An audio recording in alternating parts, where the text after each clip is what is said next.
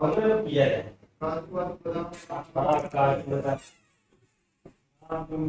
बच्चों, आज की क्लास में आप सबका स्वागत है। इसके पहले हम लोग जो है प्रताप नारायण मिश्र के बात नामक शीर्षक का पहला पार्ट पढ़ चुके हैं। मुझे विश्वास है कि आप लोगों को पूरी तरह से समझ में आया होगा।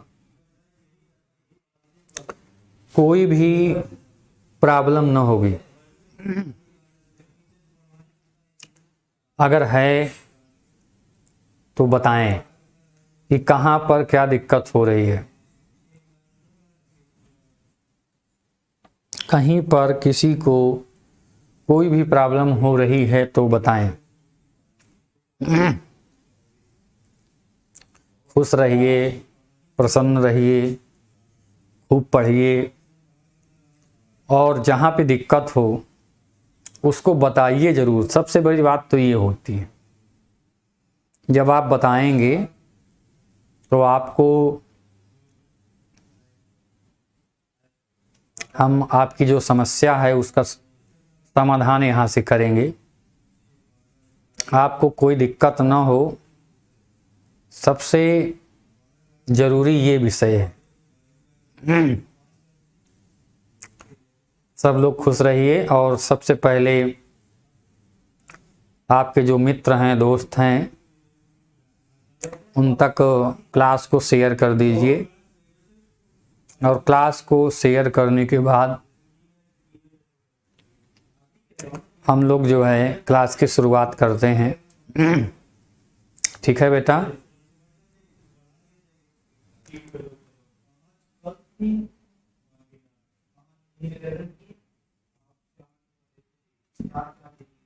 अब चलते हैं।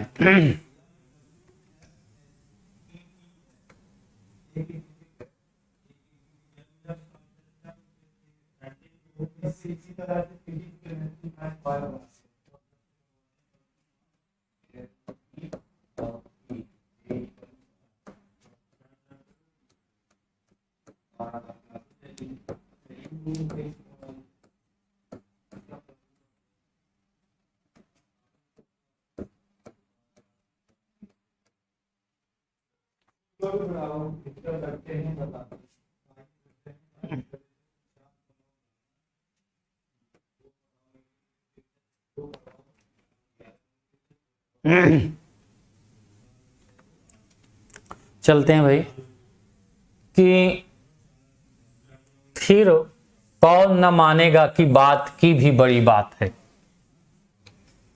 क्लास की शुरुआत होती है, कह रहे हैं कि बात की भी बड़ी बात है, कौन न मानेगा, अर्थात इस तथ्य को, इस बात को कौन नहीं मानेगा, अर्थात सब लोग मानेंगे। कौन नहीं मानेगा अर्थात सब लोग मानेंगे। हाँ, बात की बात इतनी बड़ी है कि परमात्मा को लोग निराकार कहते हैं। बातों में क्या कहा? परमात्मा को, ईश्वर को क्या कह दिया? बात बात में, बात बात में, बात के माध्यम से निराकार माने निर्गुण। क्या करें कि निराकार और निर्गुण स्वरूप को अपनाओ।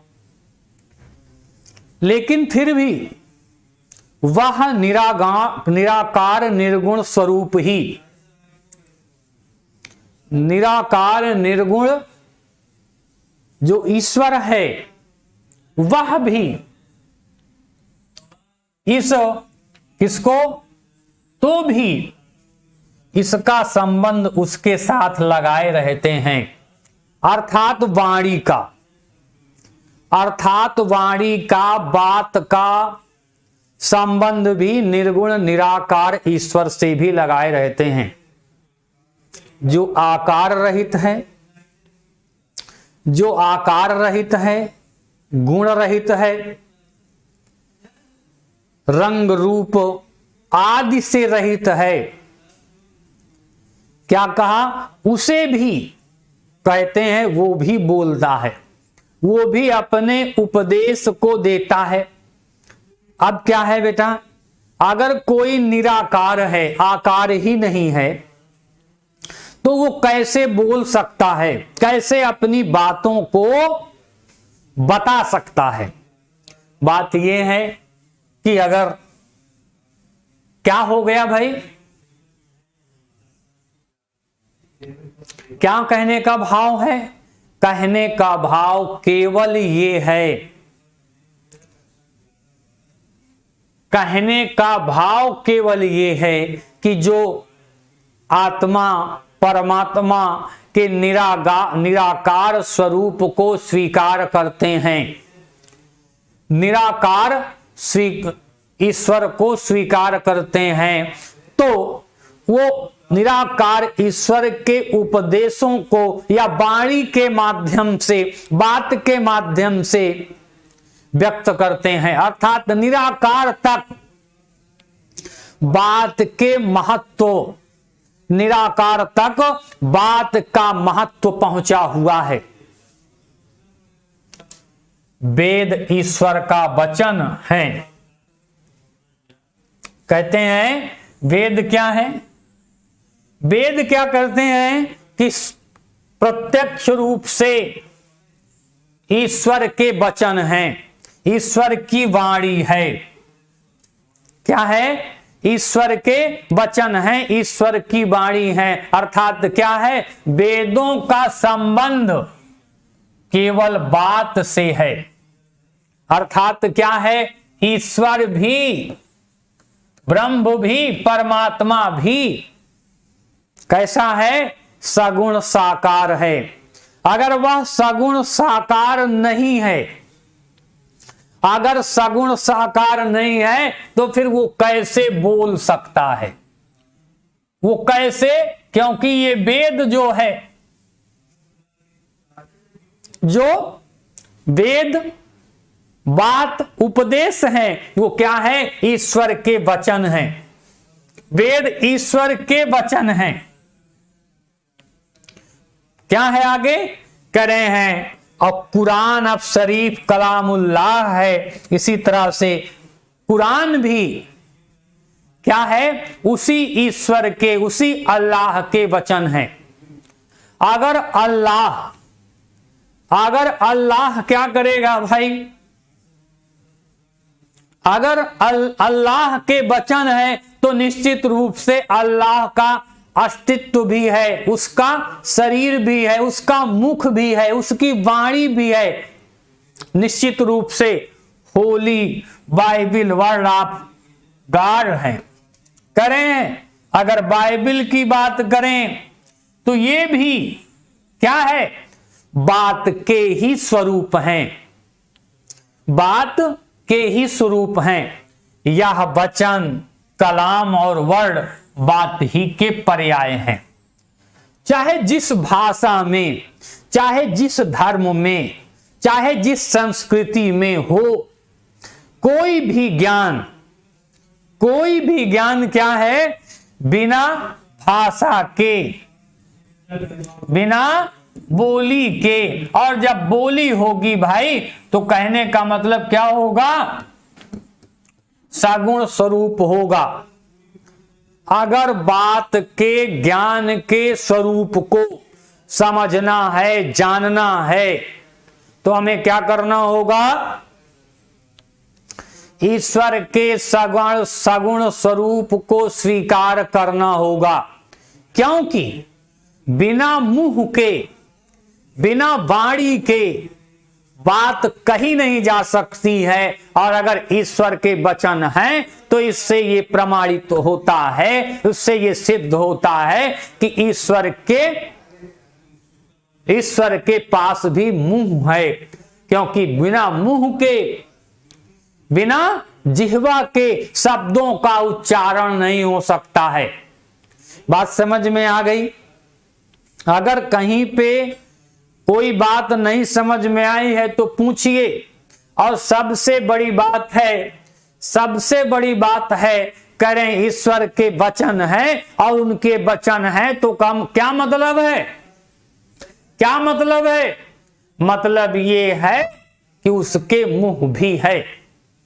जैसे एक और बात बताता हूं आपको, वो है कि जहां पर आप धुआं देखते हैं, क्या देखते हैं?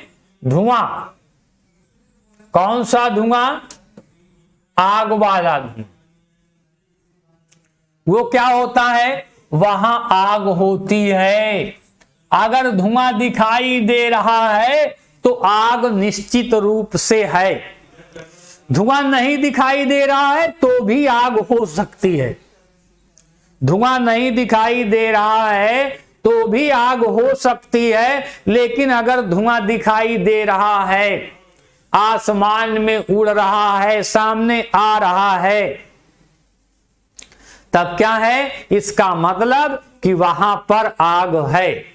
सिद्धांत ये है कि यत्र यत्र धूमो तत्र तत्र वह्निः। जहां जहां धुआं है वहां वहां आग है।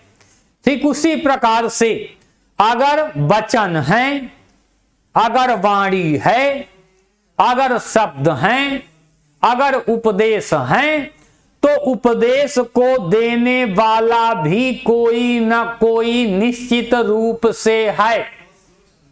चाहे वो ईश्वर हो, उपदेशक हो, समझाने वाला हो। बात समझ में आ गई बेटा? आगे चलें।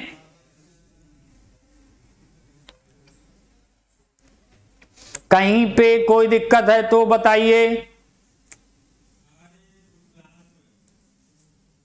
अब देखिए, कुरान शरीफ इस्लाम धर्म का अरबी भाषा में लिखित ग्रंथ, जिसको कुरान के नाम से जाना जाता है, बहुत कुरान के नाम से प्रसिद्ध है। और कलामुल्लाह माने अल्लाह, ईश्वर का कलाम माने वचन। कलाम माने वचन होता है और अल्लाह माने ईश्वर होता है। ठीक है ना? होली बाइबिल माने पवित्र बाइबिल, ये भी ग्रंथ है। ये किसका ग्रंथ है? ईसाइयों का ग्रंथ है। ईसाई धर्म के जो मानने वाले हैं उनका ग्रंथ क्या है ये भाई? होली बाइबिल है। मुस्लिमों का कलामुल्लाह है, जिसको कुरान कहते हैं। ठीक है?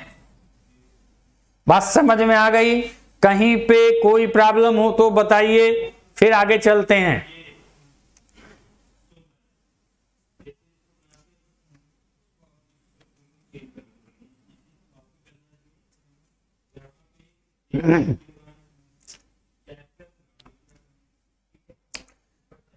पर बात ही की महिमा के अनुरोध से सभी धर्मावलंबियों ने बिन बानी वक्ता बड़ जोगी वाली बात रखी है।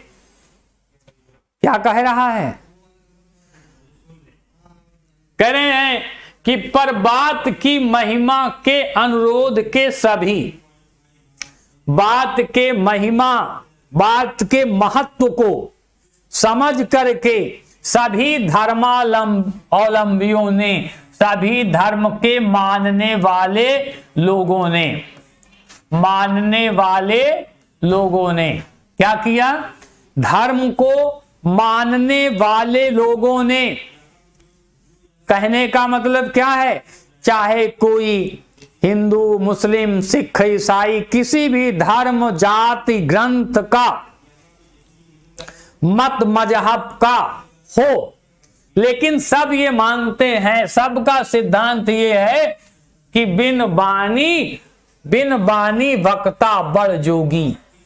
माने वाणी नहीं है, जबान नहीं है, निर्गुण निराकार है, लेकिन कहने में, बताने में, बोलने में, समझाने में क्या है? पूरी तरह से समर्थ है। मतलब मुंह नहीं है और बोल सकता है। निर्गुण निराकार है, लेकिन उपदेश दे सकता है। आप उपदेश देने के लिए क्या होगा? अवयव होने जरूरी है। उपदेश देने के लिए अवयव होने जरूरी हैं, लेकिन क्या है, कह रहे हैं कि बस उपदेश दे रहे हैं। यदि कोई न माने तो लाखों बातें बना के मनाने पर भी कटिबद्ध रहते हैं। हाँ, क्या कह रहे हैं, यदि कोई न माने, कहते हैं अगर कोई उनके सिद्धांत को नहीं मानता है, तो अगर कोई इनकी इस बात को नहीं मानता है तो उसे वह समझाने के लिए, बताने के लिए, समझाने के लिए, बताने के लिए पूरी तरह से सदैव सावधान, सचेत और उद्यत रहते हैं, तैयार रहते हैं। किसी भी तरह से अपने तर्क से, अपने बुद्धि से, अपने ज्ञान से, कटिबद्ध का मतलब होता है बिल्कुल से स्थिर रहना, ठीक है ना। मनाने पर कटिबद्ध रहते हैं, माने उसको समझा करके ही मानते हैं, ठीक है ना। यहां तक कि निर्गुण क्या है, निर्गुण, निर्गुण नहीं जानते हैं, निर्गुण नहीं जानते भाई। निर्गुण माने बिना गुण के, और बिना गुण के माने 3 ही गुण होते हैं बेटा, सत, रज और तम। 2 प्रकार के लोग होते हैं, सगुण और निर्गुण। सगुण का मतलब जो होता है, जैसे जिसमें जो है रूप रंग आकार, जिसमें रूप रंग आकार का शरीर का वर्णन होता है उसको सगुण कहते हैं। और जो इस रूप रंग आकार से रहित होते हैं उसको निर्गुण कहते हैं। अब जैसे कबीरदास जी निर्गुण के उपासक हैं, और तुलसीदास जी या मीराबाई सगुण के उपासक हैं। भक्ति काल में आपको बताया नहीं क्या निर्गुण होता है, क्या सगुण होता है, समझ में आ गया। कह रहे हैं कि यहां तक कि प्रेम सिद्धांती लोग निरवय नाम से मुंह बिचकावेंगे, यही कह रहे हैं। प्रेम सिद्धांती लोग, प्रेम सिद्धांती लोग से मतलब यह है कि निर्गुण निराकार ब्रह्म को मानने वाले, निर्गुण निराकार ब्रह्म को मानने वाले निरयव, निर्वय का मतलब होता है बिना अंगों वाले, अर्थात जिसका शरीर नहीं है, जिसका शरीर नहीं है, जो निर्गुण है के नाम से मुंह बिचकावेंगे, अर्थात इस नाम के आने पर उनके मन में असहजता का भाव उत्पन्न हो जाता है, माने स्वीकार नहीं करते हैं, निर्गुणता के भाव को स्वीकार नहीं करते हैं। अपाणिपादो जवनो गृहीता, माने क्या है, न पैर है, अपाणिपादो, न हाथ है न पैर है, न हाथ है न पैर है, और जवनो गृहीता, जा सकता है और पकड़ सकता है। पकड़ने का काम कौन करता है, हाथ करता है।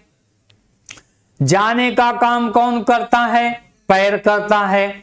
लेकिन न हाथ है न पैर है, न हाथ है न पैर है, लेकिन दूर तक जा सकता है, दूर तक जा सकता है। पर हठ करने वालों को यह कह के बातों में उड़ावेंगे कि हम लूले लंगड़े ईश्वर को नहीं मान सकते। करें अगर हम ये माने कि भाई उसके अवयव नहीं होते, अंग नहीं होते हैं, आंख नाक कान हाथ पैर, नहीं होते हैं तो कोई हमारी बात को स्वीकार करने वाला नहीं है, कोई हमारी बात को मानने वाला नहीं है। अगर इस पर वो जिद ही कर लिया, इस पर वो जिद ही कर लिया तो क्या कहेंगे? वो कहेंगे कि हम ऐसी बातों में विश्वास नहीं करते हैं। अरे तुम्हारा जो ईश्वर है अगर उसके हाथ पैर ही नहीं है, लूला लंगड़ा है, किसी कार्य को कर नहीं सकता है, तो हम उस ईश्वर को स्वीकार नहीं कर सकते।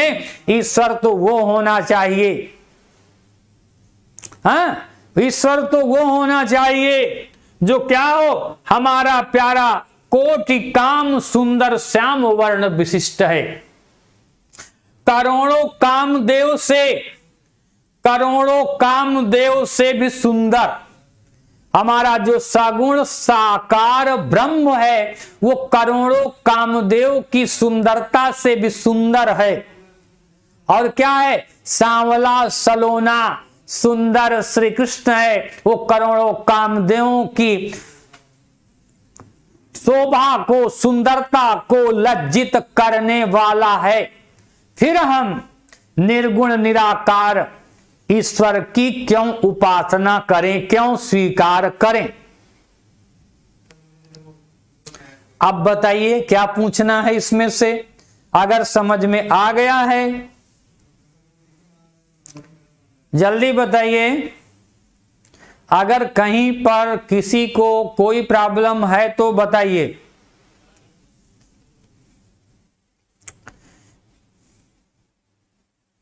जल्दी बताओ बेटा, जो न समझ में आया हो।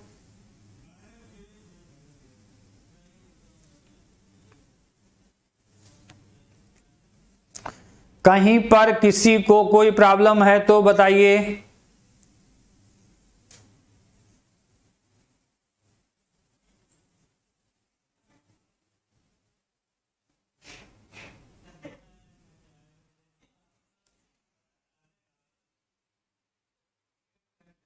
ठीक है,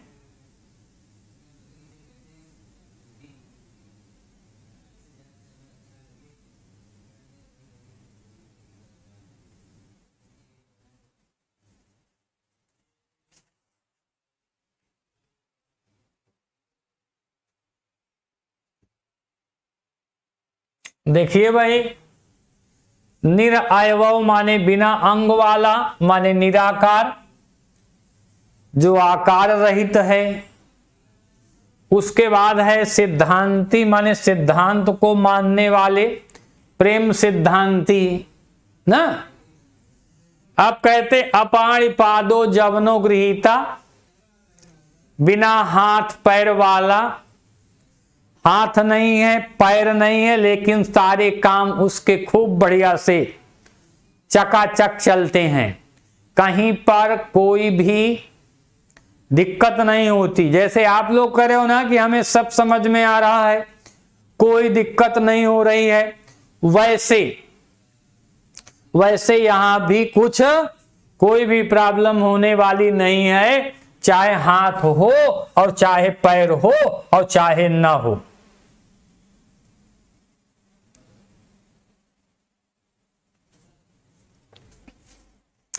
ठीक है भाई, समझ में आ रहा है? किसी को कोई दिक्कत नहीं होगी।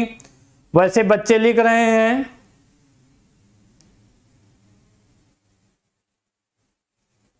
ठीक है, अच्छी बात है। आप लोग आपस में भी एक दूसरे का बहुत ख्याल रखते हैं और रखना चाहिए। कह रहे हैं कि निराकार शब्द का अर्थ श्री शालिग्राम शिला है।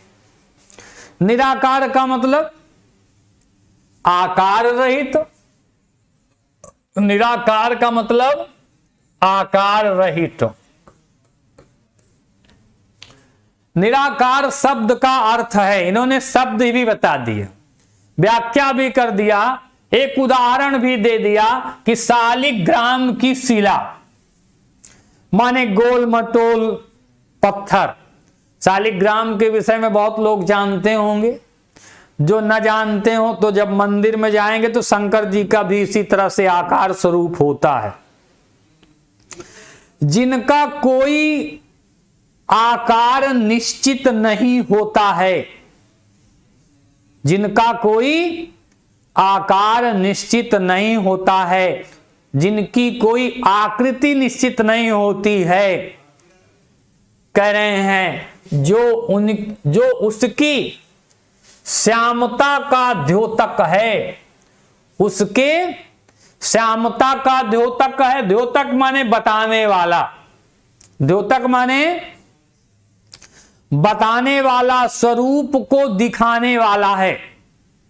कह रहे हैं अथवा योगाभ्यास का आरंभ, जब योग का अभ्यास करते हैं, क्या करते हैं?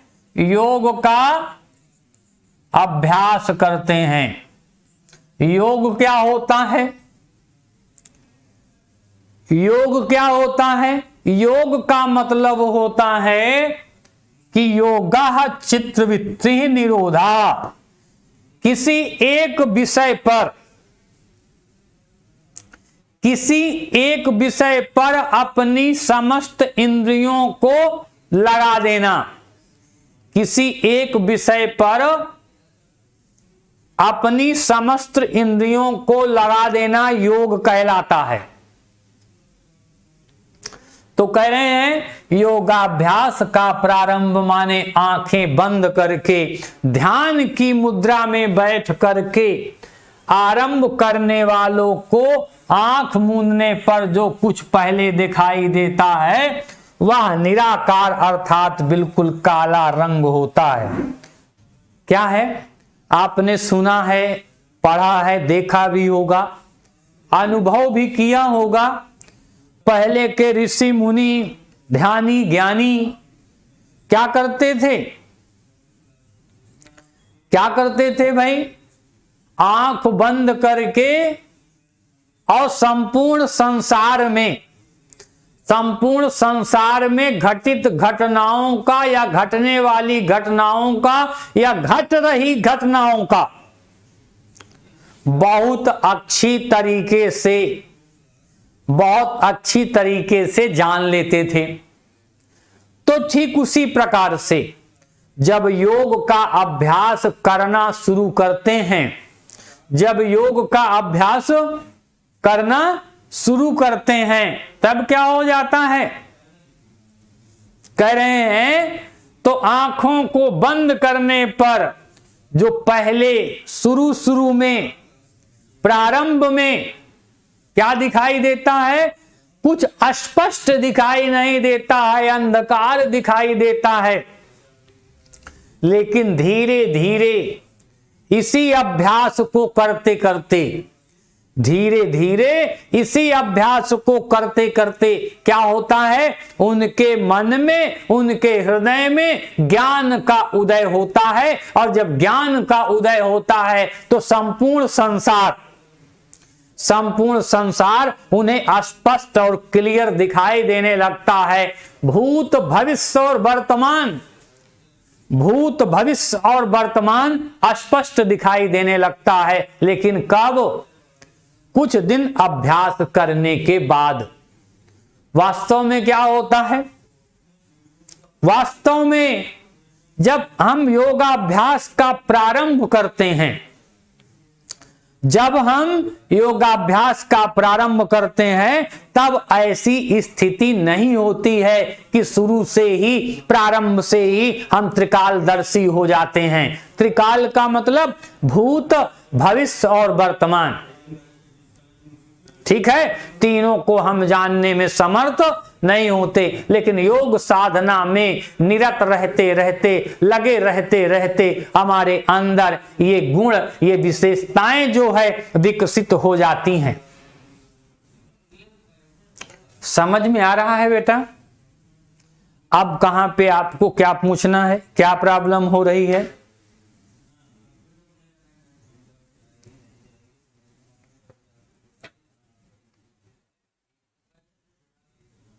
ठीक है,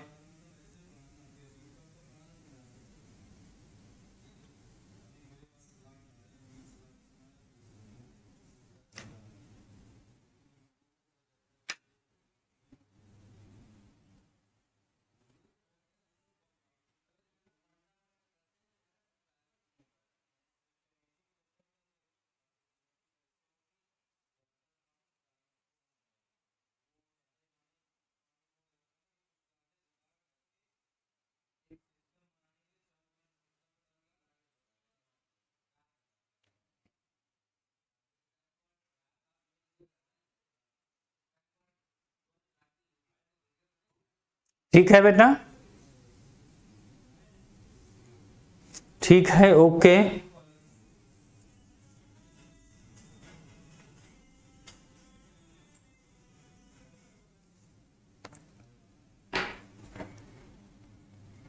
देखिए बेटा, शालिग्राम जानते हैं, ये शालिग्राम की एक निराकार मूर्ति होती है।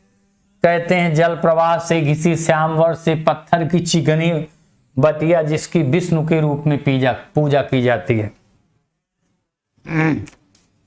फिर कहते हैं द्योतक माने प्रकाशित करने वाली। ठीक है, दो मीनिंग इसमें थी। आगे चलते हैं।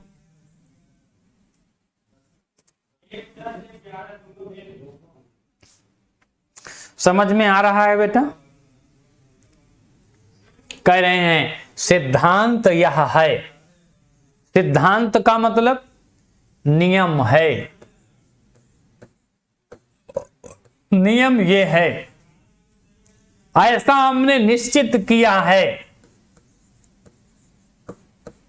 क्या निश्चित किया है?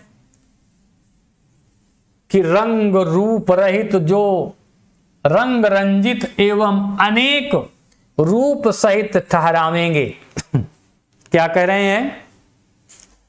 कि रंग रूप रहित, न तो भैया कोई रंग है न कोई आकार है। किसका रंग रूप आकार नहीं है? किसका रंग रूप आकार नहीं है? किसका भाई? निर्गुण का, शालिग्राम शिला का। शालिग्राम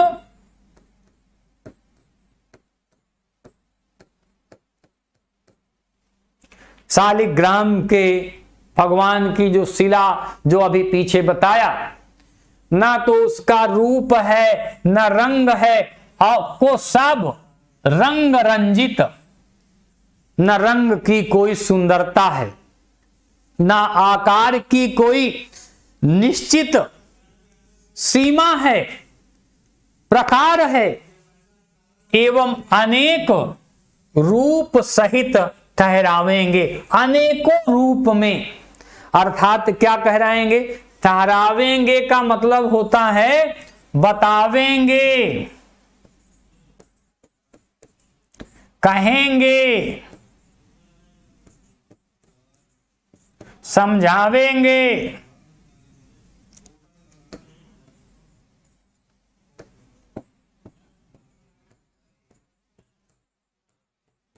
समझे गए भाई? कह रहे हैं निर्गुण तो बता चुके बेटा। कह रहे रूप रहित ठहरावेंगे, अर्थात रूप नहीं है, अर्थात क्या है? निर्गुण है। निर्गुण ही सिद्ध करेंगे। किंतु कानों अथवा प्राणों व दोनों को प्रेम रस से सिंचित करने वाली उनकी मधुर मनोहर बातों के मजे से अपने को वंचित न रहने देंगे। दोनों चीजें कैसी हो सकती हैं? दोनों चीजें कैसी हो सकती हैं? एक तरफ कहते हैं कि निर्गुण निराकार है, एक तरफ कहते हैं कि निर्गुण निराकार है, फिर कहते हैं कि कानों में, कानों अथवा प्राणों, कानों में उनकी ध्वनि जो है, उनकी आवाज जो है, उनका उपदेश जो है, उनका ज्ञान जो है, उनका वर्णन जो है, वो क्या करता है? अथवा प्राणों में अर्थात अथवा मन में, दोनों में, कान और मन दोनों में क्या करने वाला है भाई? प्रेम रस, प्रेम के रस को प्रेम रस से सिंचित करने वाली, प्रेम रस से आनंदित करने वाली, प्रेम रस से आनंदित करने वाली उनकी मधुर मनोहर, उनकी कहती है मधुर माने अच्छी और मनोहर माने मन का हरण करने वाली, जिसकी बातें सुन करके आप अपनी सुध बुध खो दें, अपना ज्ञान खो दें, अपनी बुद्धि खो दें, आपका अपने ऊपर नियंत्रण न रह जाए, आपका अपने ऊपर नियंत्रण रह जाए। मनोहर बातों के मजे, मतलब उनकी बातों का आनंद भी लेंगे। अब जब आनंद ले रहे हैं, बातों के अर्थ को समझ रहे हैं, उससे आनंद की अनुभूति हो रही है, तब आप कैसे कह सकते हैं से अपने को वंचित न रहने देंगे, उसका रस लेंगे, उसके ज्ञान से अपने आप को आनंदित करेंगे, अनुभूति करेंगे, लेकिन कहेंगे कि वो निर्गुण है। दोनों चीजें कैसे संभव हो सकती है? अगर निर्गुण है तो वाणी नहीं हो सकती, और वाणी है तो निर्गुण नहीं हो सकता है। इसलिए कहने का भाव क्या है? जो निर्गुण निराकार ब्रह्म है, जो निर्गुण निराकार शालिग्राम की शिला है, वह भी बोलने वाली है, बताने वाली है, उपदेश देने वाली है, हमें ज्ञान के मार्ग पर अग्रसर करने वाली है। समझ में आ रहा है? समझ में आ रहा है तो बताइए, कहीं पे दिक्कत है तो भी बताइए। देखिए, इस पैसेज में केवल ये बताया गया है, अगर संक्षेप में देखें, ये बताया गया है कि अगर वो निर्गुण है तो बोल नहीं सकता, अगर निर्गुण है तो बोल नहीं सकता, अगर बोलता है तो निर्गुण नहीं है। क्या है ये? एक दूसरे की काटने वाली बातें हैं, एक दूसरे को गलत साबित करने वाली बातें हैं। अगर हम ईश्वर को निर्गुण निराकार मानते हैं तो फिर वो उपदेशक नहीं हो सकता, कुछ बताने वाला नहीं हो सकता है। और अगर वो बताने वाला है, उपदेशक है, ज्ञान देने वाला है, उसके ज्ञान से हमें आनंद की अनुभूति होती है, और वह आनंद की अनुभूति हम अनुभव करते हैं, तो हमारा जो आराध्य है, हमारा जो उपदेशक है, रंग रंजित, रंग से अब क्या, जीवन के अनेक रंग होते हैं ना, सजा हुआ, रंग में रंगा हुआ कह दीजिए, ठीक है ना, माने आनंद की अनुभूति, ईश्वर के रंग में रंगा हुआ, बात के अर्थ के तत्व के रहस्य के रंग में रंगा हुआ, बात से आनंदित, उपदेश से आनंदित, उसके उपदेश का हमारे जीवन पर बहुत गहरा प्रभाव पड़ता है। अर्थात उसकी वाणी हमारे मन को, आत्मा को, इंद्रिय को, हृदय को, सबको खुश करने वाली है, प्रसन्न करने वाली है। और सबसे बड़ी बात यह है कि अगर वो निर्गुण है तो वक्ता नहीं हो सकता है, बताने वाला नहीं हो सकता है, और अगर बताने वाला है तो निर्गुण नहीं हो सकता है।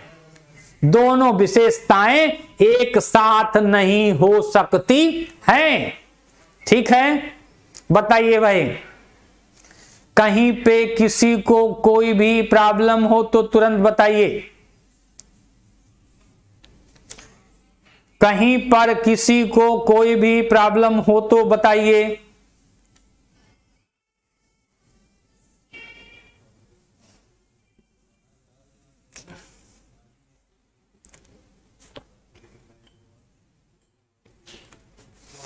किसी को कहीं पे कोई भी प्रॉब्लम है तो बताइए।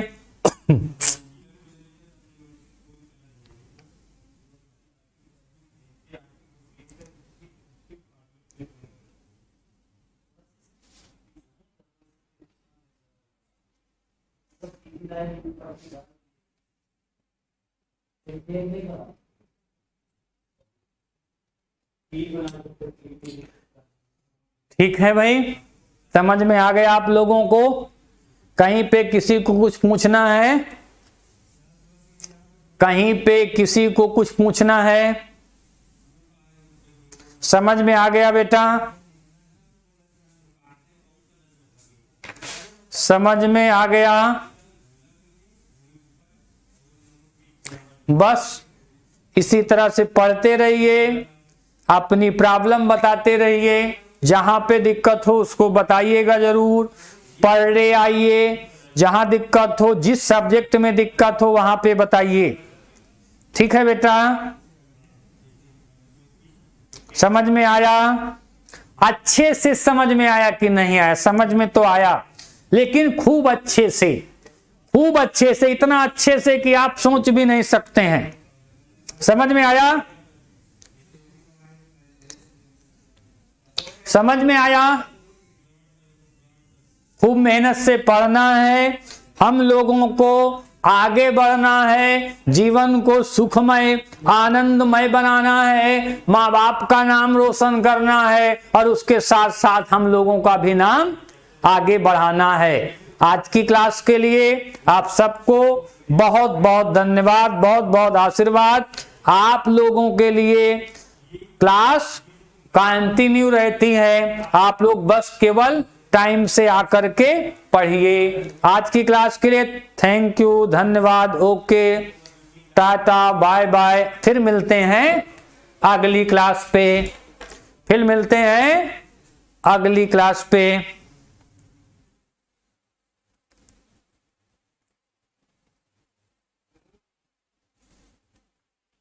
ठीक है बेटा,